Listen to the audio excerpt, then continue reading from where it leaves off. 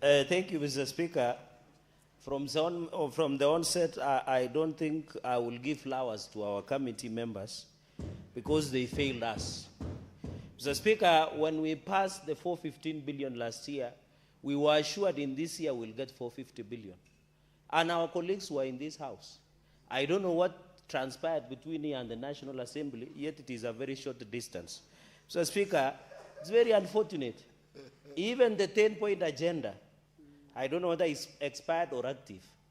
And our NADCO report, we agreed that counties must get 450 billion Kenya shillings, Mr. Speaker. In as much as, Mr. Speaker, I have had the National Assembly telling us, Mr. Speaker, you know it is because of corruption that we should not give counties money. What are they doing in their work of oversight of the national government? What is it they are lecturing us? Are they the monitors and prefects of us? We will not allow the biggest threat of corruption, of devolution in this country's National Assembly. Mr. Speaker. The second threat is the CS of National Treasury, CS Mbadi, for violating Article 219, because in many audit questions there has been late disbursement to counties. Number 3, Mr. Speaker, is the governors. The small demigods of our counties are the ones that are biggest threat to devolution in this country, Mr. Speaker. And I can see the SG, who is Mpato of ODM, is excited. I want to call upon him to summon for disciplinary action the chairperson of budget, who is a member of ODM, and the CS of Treasury, who is a member of ODM, for disciplinary action for undermining the principles of ODM, which is devolution, Mr. Speaker. Number 2, Mr. Speaker, we need also to be told why is it that I had the chair of Finance and Budget saying they were begging. Begging who? This is money that belongs to the people, Mr. Speaker. I am disappointed with the chair of Finance and Budget, my brother, Senator Roba, for saying they were begging. Beggars are only found in streets of Nairobi and other streets, Mr. Speaker. They are not supposed to be senators. Mr. Speaker, on the issue of clawback clauses, Mr. Speaker, it is not, Mr. Speaker, I don't find it absolutely necessary why we got money going to counties, yet come and do KIPes, do markets, do CHBs, Mr. Speaker, do issues of shared in terms of agriculture and road maintenance levy fund, Mr. Speaker. Why don't we give this money to counties to do those markets, to do the KIPes, Mr. Speaker? Even community health promoters, Mr. Speaker, why is it 2,500 Kenya shillings are you giving? The national gives 2,500 to community health promoters. The others give 2,500 to community. It is even below the minimum wage, which is 18,000 Kenya shillings. In short, we are presiding over an illegality, violation of Article 41, violation of Labor Relations Act, because the minimum wage in this country is 18,000. It is not 5,000. So why don't we transfer that money to counties, Mr. Speaker, in the wisdom or lack of wisdom by the National Assembly, Mr. Speaker? Even on the issue of public debt, that we are talking about 13 trillion, there is nowhere that the counties or as a Senate has been called upon to co-guarantee on the issue of public debts, which is 13 trillion Kenya shillings, Mr. Speaker. We must be told, and I think as a counties, they must play a role and ensure, Mr. Speaker. Number 4, on the pending bills, it is approaching more than 183 billion. We don't know why is pending bills there, yet there is disbursement from the National Treasury, Mr. Speaker. And this comes to the point of accountability, EACC. Mr. Speaker, EACC in this country should change their name to Laundry Services. Because as a committee, we have recommended issues of corruption from Isiolo to Nandi, to Garissa, to Tana River, to Migori, Mr. Speaker. Even to Kericho, Mr. Speaker, where somebody ate money belonging to the dead. Those dead are doing press-ups and they will speak in 2027, Mr. Speaker. So the point I'm trying to make, EACC must be called to order, Mr. Speaker. Either they shut their business and do laundry services, or they do their job by arresting. Mr. Speaker, you saw 65 million being found. Who has even, these senators are so poor. If you come to my house, you will find only 20,000 shillings that is meant for grocery, Mr. Speaker. But an ordinary member, 65 million Kenya shillings is found in his house, Mr. Speaker. Which country is this? We must bring and ensure that the EACC do their job. Mr. Speaker, I reject this report. Mr. Speaker, we have to reflect on the vote we want to take today. With all due respect, we now have to do things differently. I sit in the Finance Committee.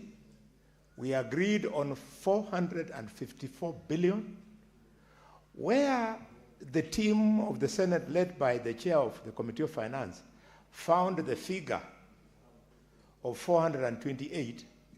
Not the move of the motion, neither has the chair tried to convince us. They have not told us what happened.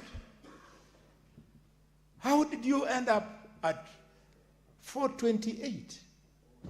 If it is the spirit of give and take, we would have expected that the National Assembly having proposed 420 and the Senate having proposed 454, a differential of 34 billion, you should have taken and given halfway 17 up from the National Assembly figure, 17 down from the Senate, so that we should be approving 434 billion. Mr. Speaker, in the absence of this, if we support this figure, we'll be becoming part of a process that is not parliamentary. Did the co-chair of this committee come back to the Senate to tell us that he's having problems so that he convinces us for us to allow him to accept 428? He did not, Mr. Speaker.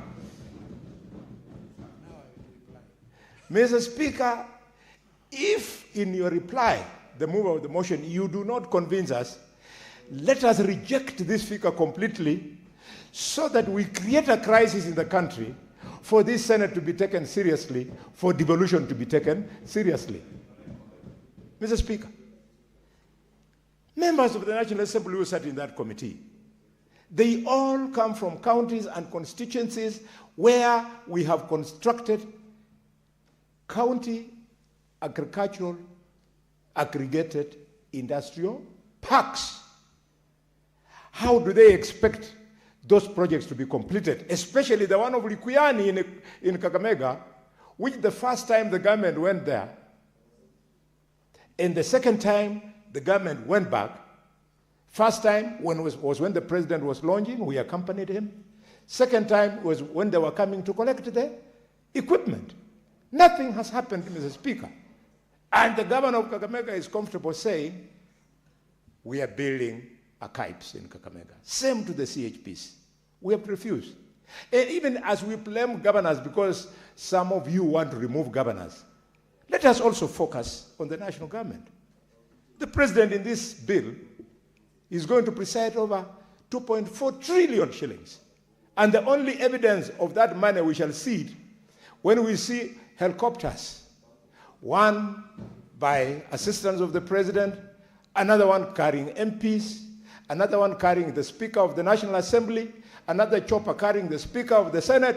They are going to go and participate in fundraisings, Mr. Speaker. Mr. Speaker, we have to refuse. The 2.4 billion shillings should not be used so as to further political agenda. It should be used for doing development. Just last weekend, Mr. Speaker, they came from my home in Luanda constituency. Came with 3 choppers. To hire one chopper from Nairobi to and fro is 1 million shillings. 3 times 1 is 3 million. And when they left the border boys with the 2.4 million shillings only. This kind of nonsense. Do it elsewhere. Don't do it in the peaceful region of the Mlembe nation. We are there, we are saying no. We want proper accountability for the utilization of public funds. Mr. Speaker, I must end by apologizing to you that I have mentioned your name in the people who use choppers for this particular money. Mr. Speaker, it is because of what I see. My home in Marinya is in the pathway from Nairobi to Malaba. So when I saw the chopper going to Ndeti, and I looked in the chopper and I saw the head of the Speaker there, and he was good. I said, I must say it in the Senate. Otherwise, I would not have slept today. We want to be respected. Senator Bony. Mr. Speaker, sir. The chair has been calm. Please don't rattle the chair. Proceed.